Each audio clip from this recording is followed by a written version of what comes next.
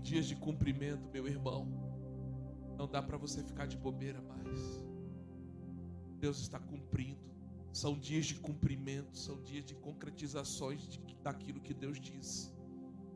Quando Daniel soube que aquele era o ano do cumprimento, da saída deles da Babilônia, a Bíblia diz que Daniel já orava 3 vezes ao dia, mas quando ele descobriu que aquele era o ano do cumprimento, a Bíblia diz que ele intensificou as suas orações, ele intensificou a sua busca, ele intensificou o seu jejum. É por isso que são dias de cumprimento. Então não dá para você ficar de braços cruzados, não dá para você ficar passivo em casa, não dá para você ficar fazendo o que você quer. São dias de cumprimento, são dias de você intensificar a sua busca. Intensifique a sua vida de oração, intensifique a sua vida na palavra. Seja mais intenso, seja mais contínuo. É por isso que nessa manhã o Senhor trouxe uma palavra ao meu coração e eu quero compartilhar com você. João Evangelho, capítulo 14, versículo 9.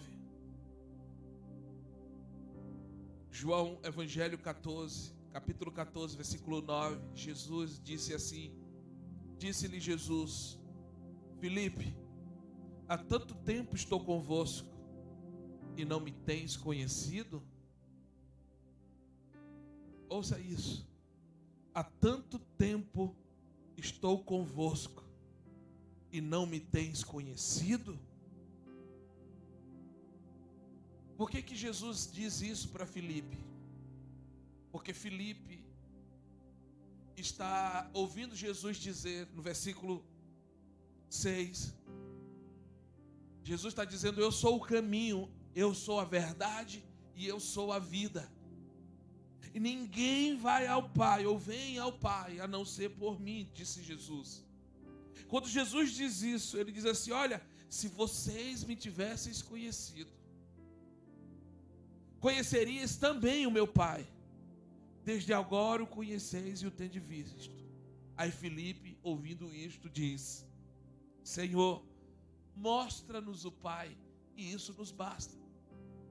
Só que essa quebra da fala de Jesus com a fala de Filipe faz Jesus dizer para Filipe que algo está acontecendo que Filipe nem imagina. Porque Jesus mostra para Filipe algo que nem ele imaginava. Tipo, há tanto tempo você está caminhando comigo, você não me conhece.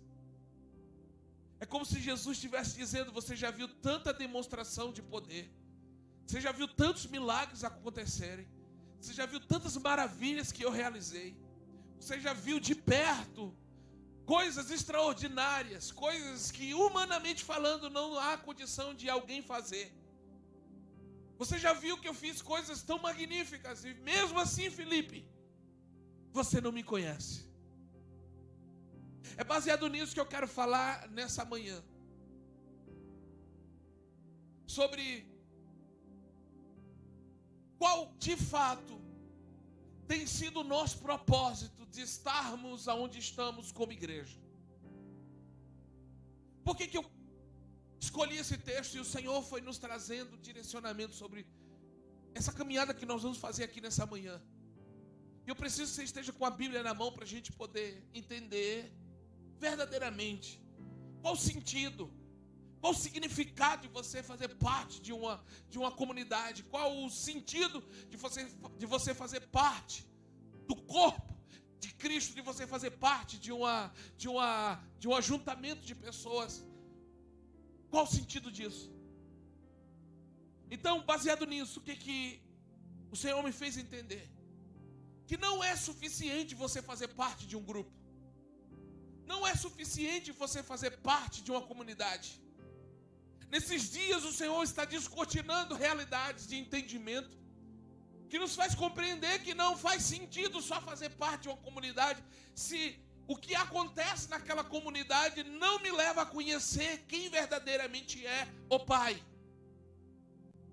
Porque se aonde eu estou, se no ambiente que eu convivo, no ambiente que eu me relaciono, que tem um nome de igreja, que se chama igreja, que tem manifestações e demonstrações de poder, manifestações de prodígios, de maravilhas e de sinais, e isto não me leva a conhecer quem é o Pai, eu estou perdendo meu tempo.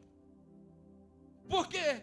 Porque Jesus não nos ensinou a orar pedindo poder. Jesus não nos ensinou a orar pedindo manifestação de poder. Jesus, ele nos ensinou a orar pedindo conhecimento da vontade do Pai. Jesus, ele está fazendo uma pedagogia com seus discípulos para ensiná-los que a realidade essencial de caminhar com ele não é ver a manifestação dos poderes. O que Jesus está querendo ensinar para os discípulos nessa trajetória pedagógica é que o essencial, é que a realidade maior não é demonstração de poder, não é prodígio, não é maravilhas, não são sinais. O que Jesus está tentando ensinar é que a realidade essencial que a gente precisa saber é conhecer a vontade do Pai, é conhecer a vontade de Deus, porque não vai fazer mais sentido você fazer parte de uma realidade de comunidade, de igreja, se você não conhece a vontade do Pai. É por isso que as pessoas, elas não são transformadas com a manifestação do poder. Uma pessoa só pode ser transformada com o conhecimento da vontade do Pai. Porque não é o poder que nos transforma, não é o poder que muda a vida de pessoas. O que muda a vida de pessoas é o conhecimento da vontade de Deus. O poder pode até me curar, o poder pode até levantar o paralítico, o poder pode até ressuscitar o morto. Mas o poder não pode mudar a sua realidade de vida com Deus. O que muda a sua realidade, a minha realidade de vida com Deus, é o quanto eu conheço a vontade dEle para a minha vida. É por isso que eu não acredito, escute isso. Eu não acredito em uma pessoa que diz que queima por Jesus, que queima por Deus, mas ela não tem relacionamento com a palavra de Deus. É impossível você queimar por Jesus e você não ser apaixonado pela sua palavra, porque é pela sua palavra que você vai conhecer a vontade dele para você. Então todo mundo que diz que queima por Jesus, mas não se relaciona, não se compromete com a sua palavra diariamente, esse queimor, esse fogo é de palha, ele vai passar. Sabe por que tem muita gente fraca na igreja? Sabe por que tem muita gente capenga na igreja? Sabe por que tem muita gente debilitada, desnutrida na igreja? Olha o que Jesus diz em João 4:34. Evangelho de João, capítulo 4, versículo 34.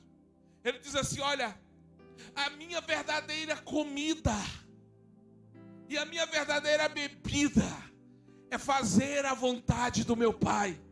Sabe o que Jesus está dizendo? Quer estar forte no dia mau? Quer estar forte no dia da adversidade? Quer estar fortalecido no dia da tribulação, no dia da provação, no dia do deserto, no dia difícil? Quer estar fortalecido? Se alimente da vontade do Pai. Porque só conhecendo a sua vontade nos dá força, nos dá vigor, nos dá ânimo, nos dá coragem. É conhecendo a sua vontade. É por isso que ele diz assim, é em fazer a vontade, em conhecer para fazer. Escute, que esse detalhe é muito importante. Ele não diz em fazer a vontade, primeiro ele diz em conhecer a vontade. Por que eu estou falando isso? É que tem muita gente que até sabe fazer, mas faz sem conhecer a vontade. É por isso que o importante não é fazer coisas para Deus. A coisa mais importante não é você ser posicionado, não é você ser direcionado a fazer coisas para Deus.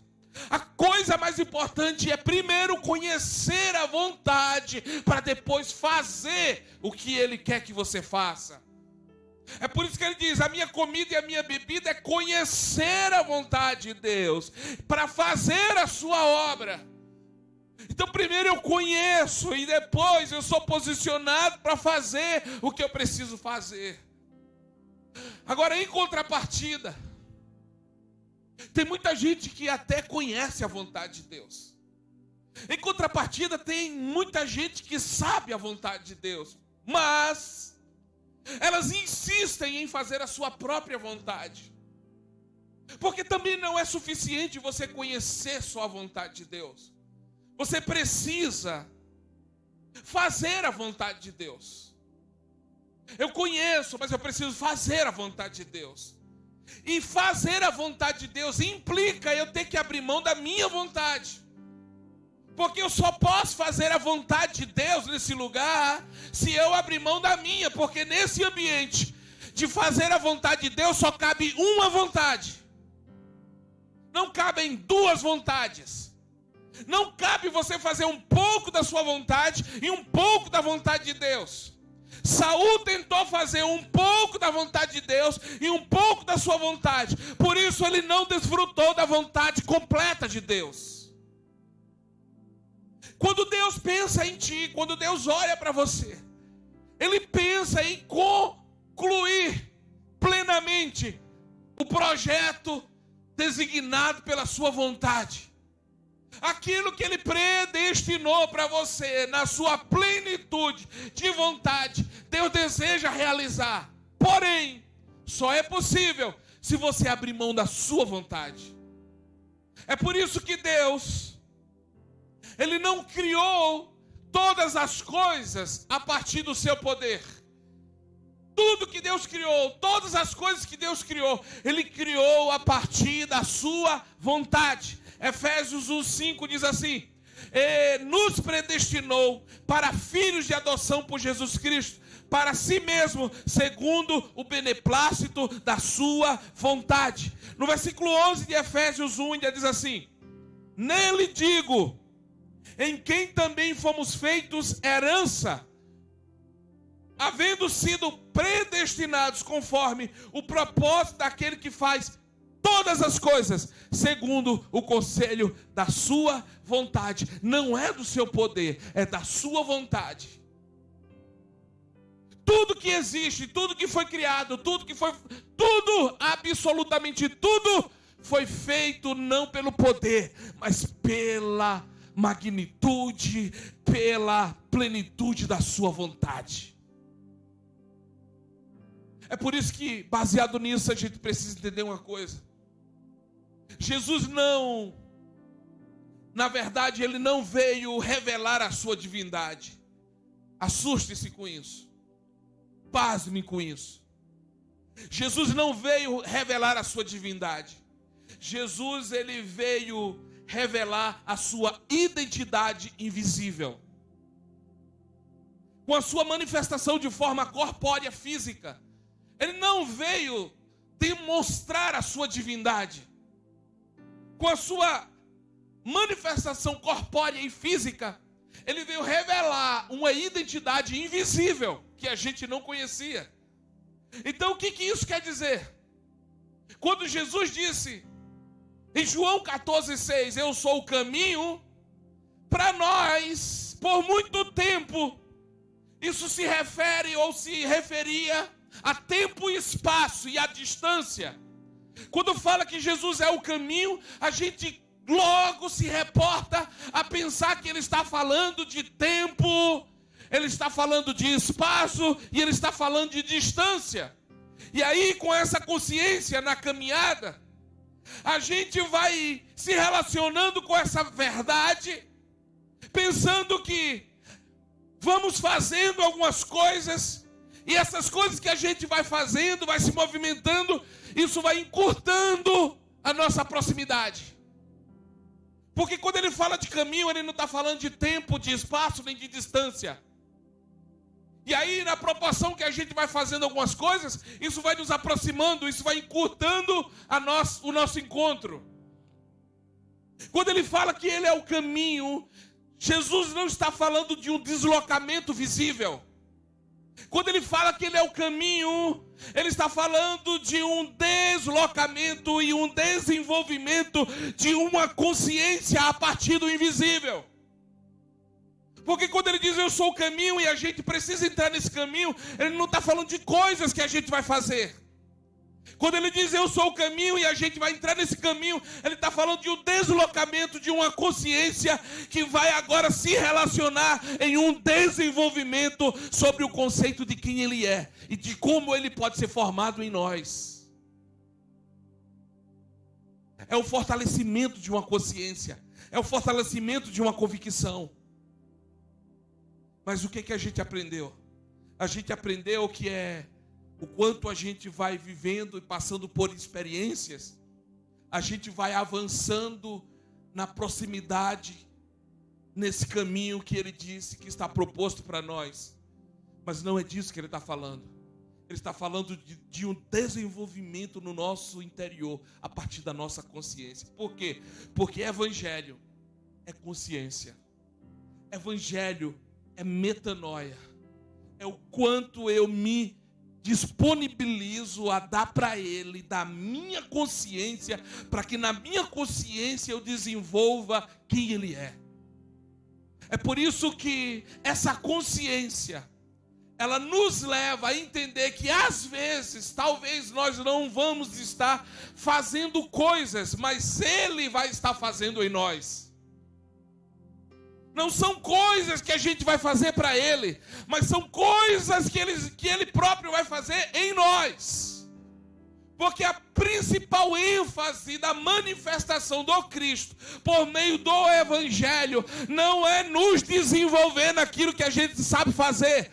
A principal evidência da manifestação do Evangelho a partir do Cristo é desenvolver o nosso interior a partir de uma consciência que sabe quem Ele é e de que precisamos nos tornar parecidos com Ele. É por isso que as minhas experiências, se elas não estão relacionadas em uma consciência da vontade dele, as minhas experiências, elas não vão servir para o reino. Porque no reino, as minhas experiências precisam trazer consciência de vontade de Deus.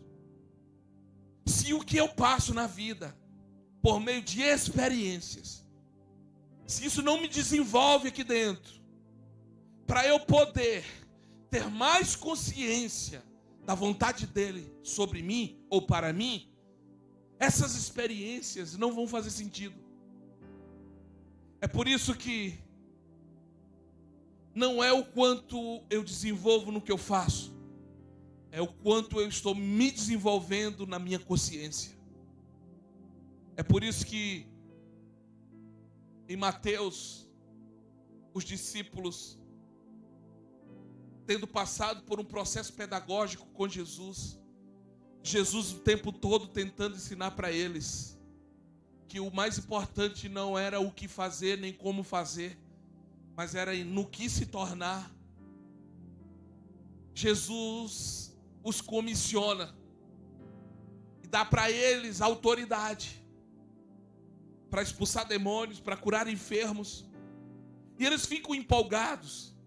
Não é no que essas experiências iam desenvolvê-lo por dentro.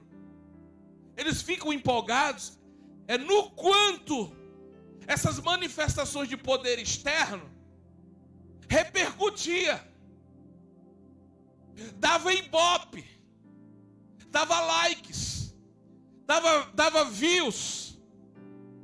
E aí eles chegam para Jesus com essa empolgação, tipo dizendo: olha aqui, mestre, quanto views teve o meu vídeo. Olha aqui, mestre, os demônios se submeteram, os enfermos foram curados. A alegria deles era porque aquilo gerou ibope. Mas Jesus olha para eles e diz: olha, alegrai-vos, não é porque os demônios vos submetem. Alegrai-vos não é porque os enfermos são curados. Alegrai-vos, porque o vosso nome está escrito no livro da vida.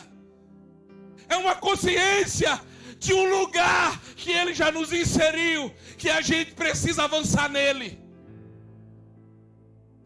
É por isso que Ele disse, depois de ter dito isso: apartai-vos de mim, porque eu nunca os conheci.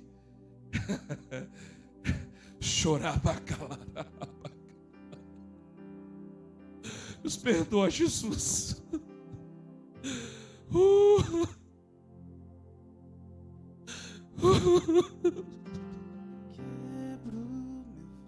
Nos perdoa pelas vezes que fizemos pelo Ibope para sermos vistos.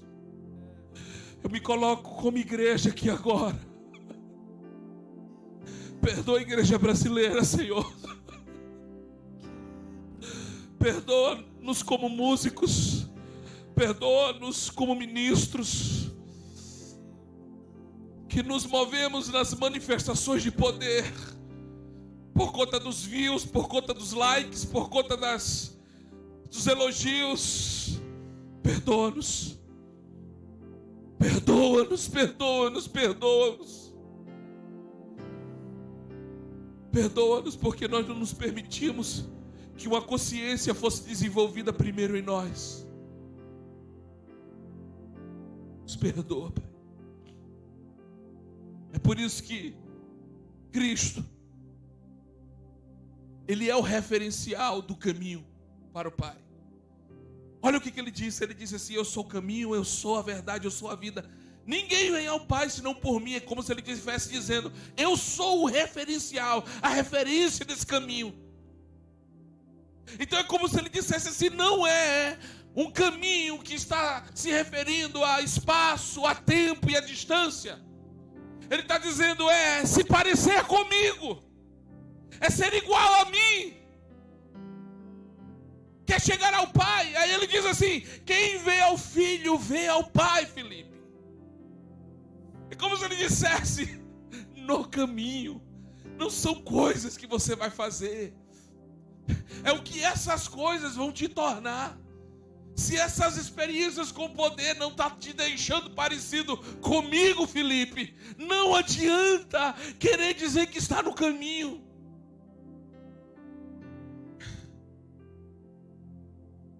Jesus disse: Felipe, você anda comigo, come comigo, dorme comigo, levanta comigo, você se movimenta comigo, você vê tudo que eu estou fazendo. Mas você não entendeu que tudo que está acontecendo aqui fora, a minha proposta é que te desenvolva aí dentro. Não é que te faça conhecido aqui fora, é que você se pareça comigo aí dentro. Porque o que eu quero te ensinar não é como usar o poder. O que eu quero te ensinar é como ter a minha natureza. Então, qual é a vontade do Pai que precisamos conhecer? Nos evangelhos. Observe. Em Mateus, em Marcos e em Lucas. Qual é a grande comissão? Sei que você é crente, você sabe qual é a grande comissão. A grande comissão de Mateus, Marcos e Lucas, você sabe qual é. Está lá: ide por todo mundo e pregai o evangelho. Essa é a grande comissão dos 3 evangelhos, Mateus, Marcos e Lucas. Só que não são só 3 evangelhos, são 4 evangelhos. E a minha pergunta é: qual é a grande comissão do evangelho de João? Se a grande comissão dos 3 evangelhos, Mateus, Marcos e Lucas, é ide e pregai o evangelho a toda criatura, qual é a grande comissão do evangelho de João? Capítulo 20, versículo 21 de João, diz assim: assim como o Pai me enviou, eu envio a vós. Recebam o meu Espírito. Aqueles a quem vocês perdoarem os seus pecados serão perdoados. Sabe qual é a grande comissão do Evangelho de João? A grande comissão do Evangelho de João não é a operação de sinais visíveis. A grande comissão do Evangelho de João não é a manifestação de poderes visíveis. A grande comissão do Evangelho de João é: se movam debaixo de um espírito de reconciliação. Ou seja, se pareçam comigo, porque tudo que eu venho dizendo para vocês o tempo todo o poder, ele existe e está disponível, mas se o poder não muda a sua natureza, esse poder só serve para fazer barulho e trazer ibope. Se ele não te deixa parecido comigo, você não vai conseguir cumprir a grande comissão que se resume no Evangelho de João, quando ele diz que recebam o meu Espírito. Para quê? Para perdoar a quem precisa perdoar, para se reconciliar com quem precisa se reconciliar. Ele está falando de um lugar onde as relações, elas são reaproximadas. Ele está falando de um lugar onde as relações, elas são restabelecidas. Outro dia eu falei aqui sobre o Salmo 23, quando no versículo 5 ele diz assim: preparas-me uma mesa na presença dos meus adversários, ou dos meus inimigos. A vida inteira eu pensei que essa mesa, baseado nas escolas que eu passei, dos ensinos que eu tive e da compreensão que eu desenvolvi, é que a mesa na presença dos meus inimigos era uma mesa onde esses inimigos que me maltrataram, que me perseguiram, que falaram mal de mim, que não acreditaram em mim, Deus ia me dar uma mesa, uma hora de honra, e esses meus inimigos iam ficar numa plateia, só assistindo eu comer dessa mesa, e ainda cantando aquele hino que a gente cantou a vida inteira: a minha vitória tem sabor de mel. Fala a verdade, quantas vezes você também não pensou a mesma coisa? Mas essa mesa na presença dos nossos inimigos não é para a gente esbanjar e dizer para eles que eles erraram quando não acreditaram em nós. Não, essa mesa na presença dos meus inimigos, o sentido é com os meus inimigos. Na mesma mesa que nós vamos estar sendo abençoados, prosperados, honrados por Deus, nós vamos colocar lugar para os nossos inimigos sentar junto também. E nessa mesa nós vamos oferecer pão, nós vamos oferecer comida, e nós vamos dizer para eles: olha aqui nos meus olhos, está perdoado, está perdoado. Isso de fato é revelar a natureza do Cristo em nós. Andar no caminho é manifestar dentro de um processo pedagógico em nós a natureza do Cristo. É por isso que Jesus, diante de uma situação em Marcos 2:9, ele diz assim: tá bom, já que vocês querem o poder para curar enfermos, para curar doentes, eu dou, eu libero, pode curar, eles podem ser curados, mas eu quero que vocês saibam de uma coisa.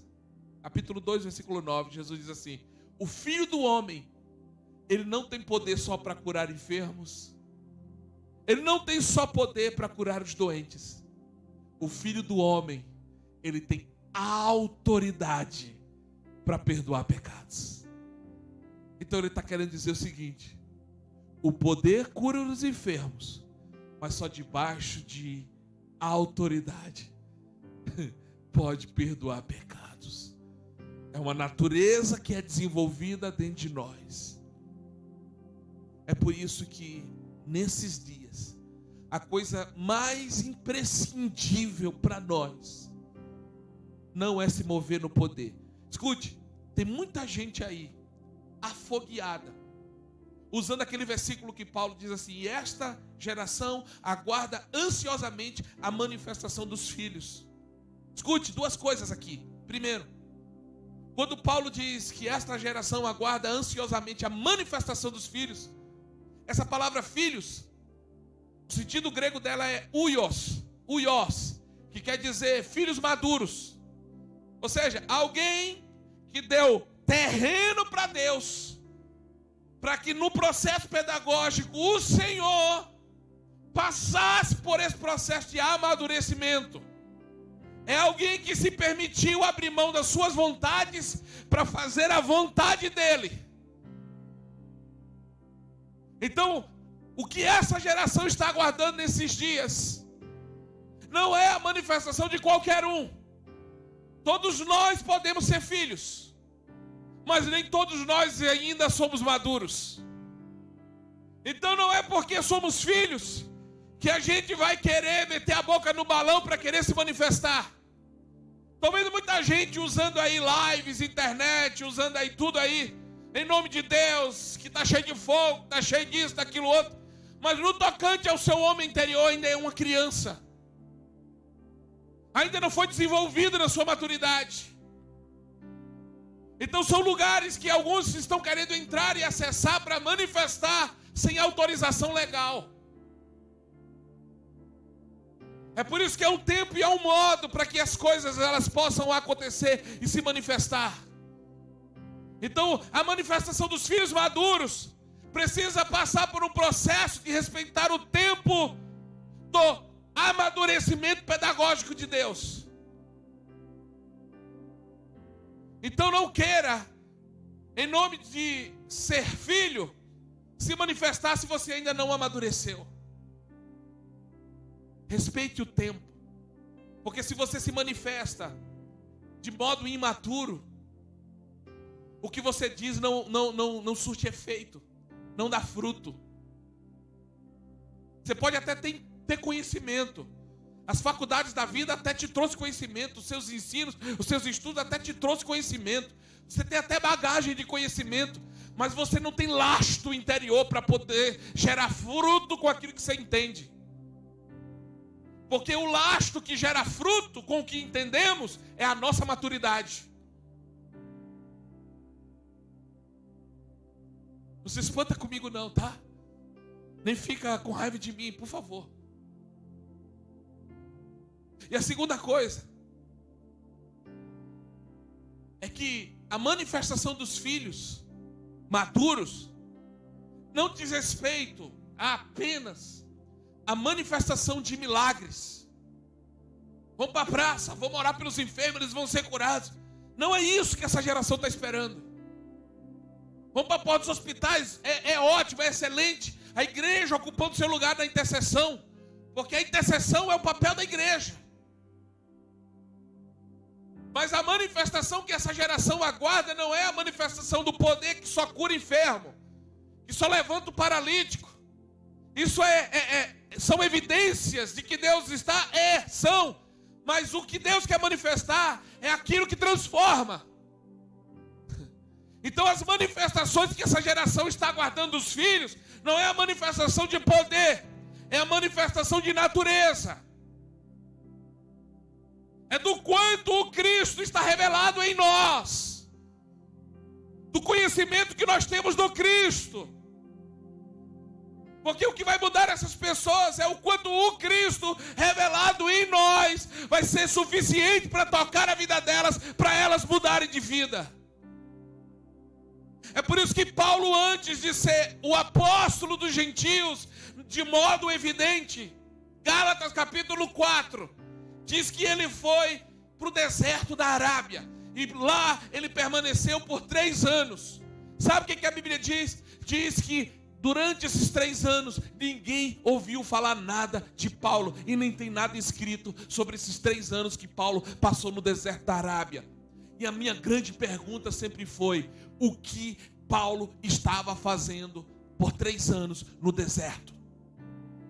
Aí quando ele sobe para Jerusalém, depois de passados 3 anos no deserto, 11 anos ou 12 anos depois,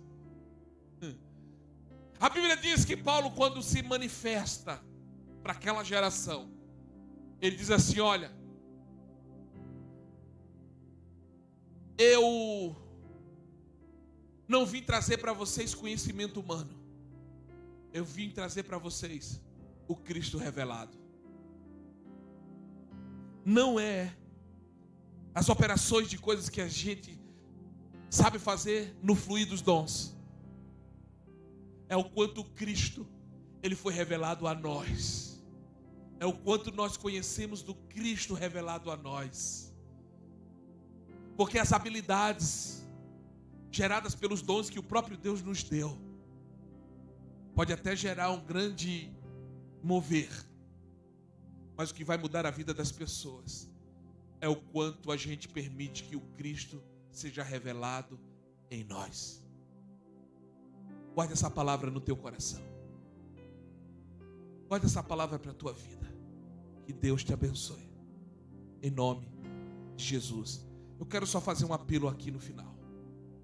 Eu quero só fazer um apelo a você. Na verdade, eu quero fazer uma convocação a um arrependimento nacional. Como nação, como cidadão brasileiro, como corpo de Cristo nesta nação, quero te convocar a um arrependimento.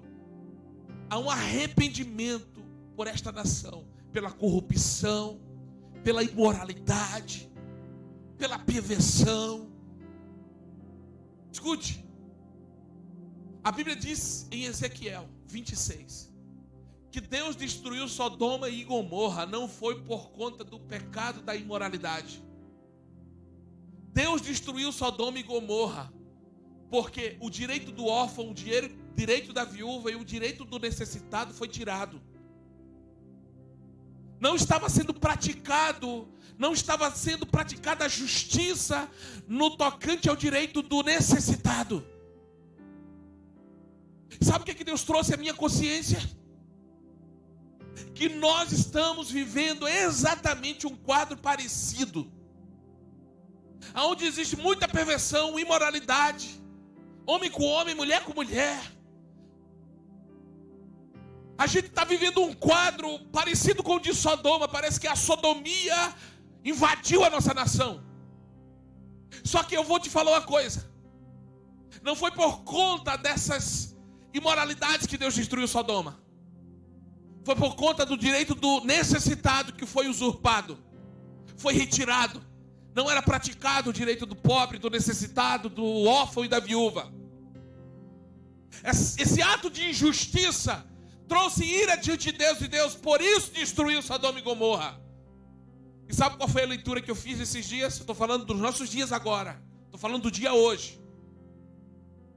Que o mais prejudicado nessa situação que a gente está vivendo, não só de pandemia, mas de corrupção, não é a igreja. O mais prejudicado, sabe quem está sendo? O pobre, o necessitado, o órfão e a viúva. Ou seja, nós estamos diante do mesmo quadro de Sodoma e Gomorra. Agora deixa eu te fazer uma pergunta: Deus é justo? É claro que Deus é justo.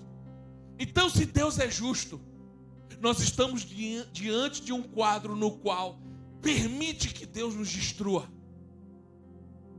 Agora, lembra que antes de Deus destruir Sodoma e Gomorra, um homem entrou na brecha para interceder por Sodoma e Gomorra. Quem se lembra? Abraão. Abraão viu que Deus estava irado e que Deus ia destruir, porque o direito do órfão, do pobre, do necessitado estava sendo tirado. Abraão intervém como intercessor. Ele se coloca como remidor. Ele se coloca como alguém que vai ficar na brecha para clamar ao Senhor e dizer: Deus, não destrua esse povo. Aí Deus olha para Abraão e diz assim: Abraão, se você achar 50 justos, eu não destruo esse povo. Abraão vasculhou, procurou. Abraão disse: Senhor, não achei. Aí o Senhor disse: Abraão, se você achar 30, eu não destruo. Abraão procurou, vasculhou, foi na igreja, foi no palácio, foi entre os profetas e não achou. E disse Abraão a Deus: Senhor, eu não achei. Aí Deus disse: Abraão, se você achar 10, eu não destruo. Abraão procurou e não achou e disse: Deus, não achei. Deus disse a Abraão: se você achar 5, eu não destruo. Abraão disse: Senhor, não há justo. O Senhor disse: passando o Senhor com seus olhos sobre a terra, não achou um justo sequer. Foi isso e por causa disso que Sodoma e Gomorra foram destruídas. Agora, eu não vim trazer uma palavra de desespero para você. Eu vim trazer uma palavra de esperança para a nação brasileira. Há porventura alguém disposto a se colocar nessa brecha, nesta manhã, neste dia, como Abraão se colocou como intercessor e como justo diante de Deus? Eu quero te convocar nessa manhã a vir para esse lugar intercessório. Eu quero fazer esse clamor a você e essa convocação a um arrependimento pela nação brasileira. Porque eu acredito, eu tenho convicção que, diferentemente de Sodoma e Gomorra, embora o quadro seja o mesmo, há justos nessa nação, há justos nessa terra, pelos 4 cantos do Brasil, do Iapoque ao Chuí, há justos nessa terra que estão se levantando nessa hora para se colocar na brecha pelo Brasil, e por isso essa nação não vai ser destruída, ela vai ser remida pela intercessão dos justos. Então se coloca diante do Senhor e ora, e diga a Deus: eu me arrependo pelo Brasil. Eu me arrependo por todo ato de corrupção e injustiça, por todo ato de imoralidade, todo ato imoral, todo ato, ó Deus, maligno, corrupto, satânico, que nossos pais ou nós mesmos, por todo adultério, por toda fornicação, por toda imoralidade praticada, nos perdoa, Senhor. Nos perdoa por todo roubo, por toda mentira, por todo engano. Nos perdoa, Senhor, em nome de Jesus. Amém. Fica firme, meu irmão. Não tenha medo desse tempo. Eu te encorajo nessa manhã a você, como diz lá no meu Nordeste, arregala o peito, respira fundo, levanta do pó, sacode a poeira, porque Deus está vindo com seus cavalos e cavaleiros, com o seu exército. Nós vamos dar a volta por cima. Deus te abençoe. Um excelente domingo e uma semana maravilhosa. Deus te abençoe. Em nome de Jesus.